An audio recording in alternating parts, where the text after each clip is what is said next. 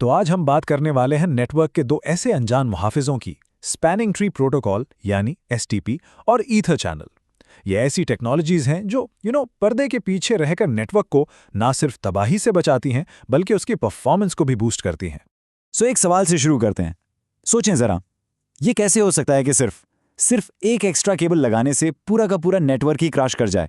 हाँ, सुनने में अजीब लगता है ना, लेकिन इसका जवाब नेटवर्किंग के एक बहुत ही बुनियादी मसले में छुपा हुआ है। ओके, तो आज हम क्या क्या कवर करने वाले हैं।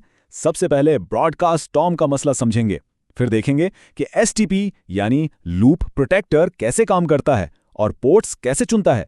उसके बाद हम स्पैनिंग ट्री को और तेज और महफूज बनाएंगे और आखिर में बात होगी ईथर चैनल की यानी बैंडविड्थ को बंडल करने की। ऑलराइट, चलिए शुरू करते हैं पहले हिस्से से, द ब्रॉडकास्ट स्टॉर्म प्रॉब्लम। देखें, नेटवर्क को रिलायबल बनाने के लिए, मतलब काबिले भरोसा बनाने के लिए, अक्सर स्विचेस के बीच में एक एक्स्ट्रा लिंक लगा दिया जाता है जिसे हम कहते हैं रिडंडेंट लिंक। लेकिन कभी-कभी यही नेक काम उल्टा पड़ जाता है। अब फर्ज करें एक ब्रॉडकास्ट मैसेज इस लूप वाले नेटवर्क में एंटर हो जाता है। फिर क्या होता है? वो मैसेज बस स्विचेस के दरमियान घूमता रहता है और हर चक्कर में उसकी कॉपीज बनती जाती हैं। ये एक ऐसा सिलसिला है जो कभी रुकता ही नहीं है और आखिर में इतने ज्यादा मैसेजेस हो जाते हैं कि नेटवर्क के सारे रिसोर्सेज खत्म हो जाते हैं। और इसी हालत को, इसी सिचुएशन को कहते हैं ब्रॉडकास्ट स्टॉर्म। मतलब नेटवर्क लिटरली ब्रॉडकास्ट ट्रैफिक के सैलाब में डूब जाता है। स्विचेस पर इतना ज्यादा बोझ पड़ जाता है कि आखिरकार सारी कम्युनिकेशन रुक जाती है। बस नेटवर्क मुकम्मल तौर पर फेल। तो इस तबाही से बचा कैसे जाए? इसका हल क्या है? यहां एंट्री होती है हमारे हीरो की, स्पैनिंग ट्री प्रोटोकॉल या एसटीपी। ये एक ऐसा ऑटोमेटिक फेल सेफ सिस्टम है जो इस मसले को पैदा होने से पहले ही खत्म कर देता है। तो एसटीपी करता क्या है? उसका बुनियादी काम बहुत सिंपल है। वो लूप को तोड़ने के लिए जो एक्स्ट्रा रास्ता है ना, उसे लॉजिकली ब्लॉक कर देता है। मतलब केबल फिजिकली लगी रहती है, वो उसे निकालता नहीं है, बल्कि उसे एक बैकअप की तरह रेडी रखता है कि भाई अगर मेरा लिंक फेल हुआ तो ये फौरन काम आ जाएगा। लेकिन सवाल ये है कि स्विचेस ये फैसला करते कैसे हैं कि आखिर किस रास्ते को ब्लॉक करना है? वो आपस में बात करते हैं। हाँ बिल्कुल, और ये बातचीत होती है बीपीडीयूज के जरिए, यानी ब्रिज प्रोटोकॉल डेटा यूनिट्स। हर बीपीडीयू के अंदर एक ब्रिज आईडी होती है जो असल में स्विच की प्रायोरिटी और उसके मैक एड्रेस को मिलाकर बनती है। और ये पूरा प्रोसेस बिल्कुल एक इलेक्शन जैसा है। समझ लें कि ये नेटवर्क का अपना डेमोक्रेटिक प्रोसेस है।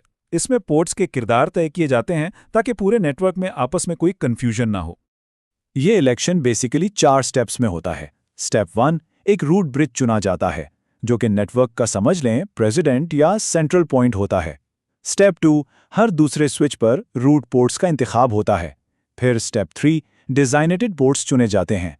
और आखिर में स्टेप 4, जो भी पोर्ट्स बच जाते हैं उन सबको ब्लॉक कर दिया जाता है। तो रूट ब्रिज बनता कौन है? वो स्विच जिसकी ब्रिज आईडी सबसे कम हो। सबसे पहले प्रायोरिटी चेक की जाती है। अब इस मिसाल में देखें, दोनों स्विचेस की प्रायोरिटी है 32,768। तो ये तो टाई हो गया। अब क्या?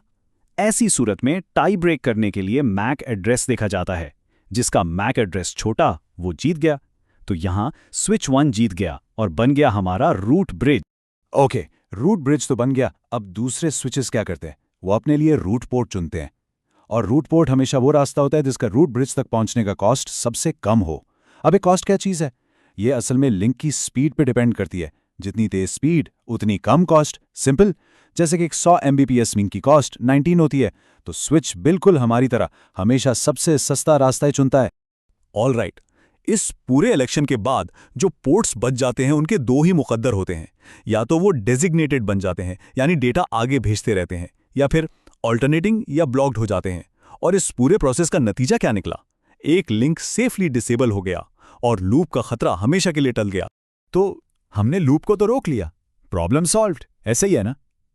इतना आसान नहीं है। नेटवर्क की कहानी यहां खत्म नहीं होती।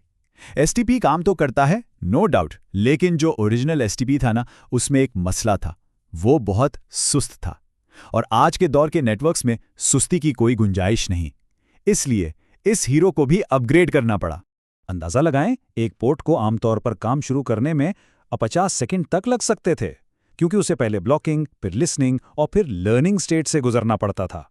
अब सोचें, आज की दुनिया में जहां video calls, online gaming, financial trading सब कुछ फौरी राब्ते पर चलता है, वहां 50 सेकंड का इंतजार तो एक पूरी सदी जैसा है। इतनी देर में तो सब कुछ खत्म हो सकता है। इस मसले का हल बहुत स्मार्ट है। इसे कहते हैं पोर्ट फास्ट।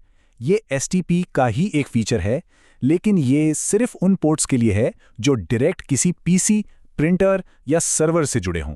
मतलब ऐसी जगह जहां लूप बनने का चांस ही ना हो। तो पोर्ट फास्ट क्या करता है? ये उन लंबे लिसनिंग और लर्निंग स्टेट्स को स्किप कर देता है और पोर्ट को फौरन सीधा फॉरवर्डिंग स्टेट में ले आता है। Problem solved, time save. लेकिन जैसा कि कहते हैं, हर सॉल्यूशन के साथ एक नया मसला भी आ सकता है। पोर्ट फास्ट ने हमें स्पीड तो दे दी, ऐसा ही है, लेकिन इसने एक सिक्योरिटी रिस्क भी पैदा कर दिया। जरा सोचें, क्या होगा अगर कोई गलती से या जानबूझकर इस पोर्ट फास्ट वाले पोर्ट पर अपना पर्सनल स्विच लगा दे? बिल्कुल, इससे नेटवर्क में दोबारा लूप बन सकता है। इस खतरे से बचने के लिए हमारे पास 2 टूल्स हैं। पहला है BPDU गार्ड। ये बहुत सख्त है। जैसे ही इसे उस पोर्ट पर कोई BPDU नजर आता है, मतलब कोई स्विच लगा है, ये फौरन उस पोर्ट को एरर डिसेबल स्टेट में डालकर बंद कर देता है।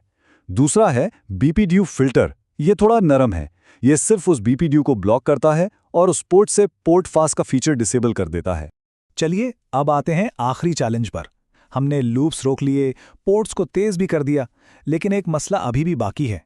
एसटीपी अभी भी हमारी एक कीमती लिंक को ब्लॉक करके बैठा है।